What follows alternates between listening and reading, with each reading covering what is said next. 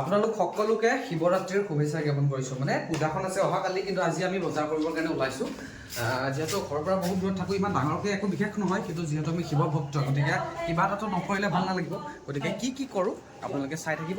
আমি এতিয়া বজাৰৰ কাৰণে ওলাই গৈছোঁ। বজাৰটো কৰিলেও কি কৰি আছোঁ আপোনালোকক দেখাইছোঁ, ভিডিঅ'টো শেষলৈকে চাব।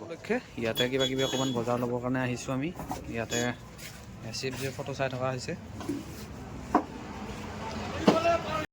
যিহেতু ঘৰৰ পৰা বহুত দূৰত আছোঁ, গতিকে এতিয়া ইয়াত আমি কলপাতো বিচাৰি আহিব লগা হৈছে। মানে কলগছ আমাৰতো ৰুমত তেনেকৈ নাই।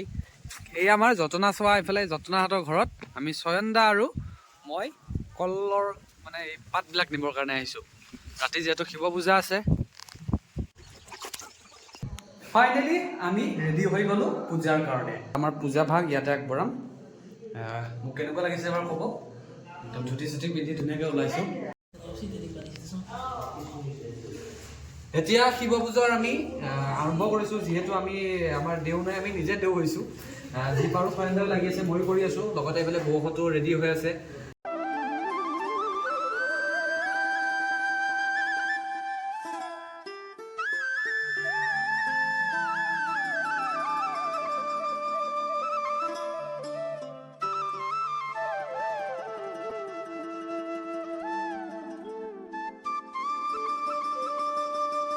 ইয়াতে এতিয়া ঘোটাটো বনাই থকা হৈছে।